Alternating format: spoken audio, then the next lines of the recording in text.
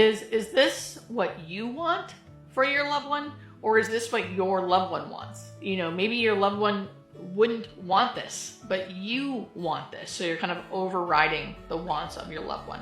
That might not be happening, but that's something to think about. So how do you know? People who are watching this video want to know, how do you know when it's time for hospice? I always say, when in doubt, check it out. When in doubt, check it out. Maybe it's not time, but generally speaking, especially with that chronically ill patient, someone who has had an illness for a long period of time and it's just getting worse and worse and worse and worse because that's the progression of the disease, you know when it's time for hospice, I think. Like I said, you notice that they're going in and out of the hospital over and over and over again. You notice that they're continuously falling over and over and over again. There's continuous issues. Eventually, I do think that's when you start saying, is the risk of keeping that, keep going back to the hospital, keep going back, is there more of a risk there than a benefit?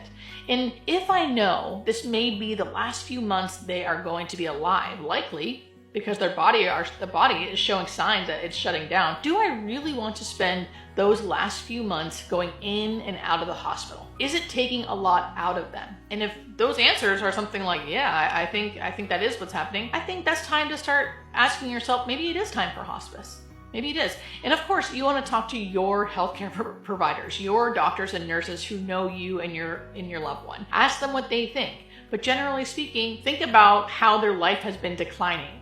If they've needed a lot of extra assistance over and over and over again, if they continue to keep having infections and falls and periods of delirium, episodes where they aren't waking up in the morning, things like that. Those are the questions you can be asking yourself, and if you can, talk to your loved one about it, if they are alert and oriented and can. And if not, you can always talk to your doctor and your nurse. Let them know you're open to this. Let them know, see what they say. And of course, you only can make the best decision for yourself, but hopefully this video helped you understand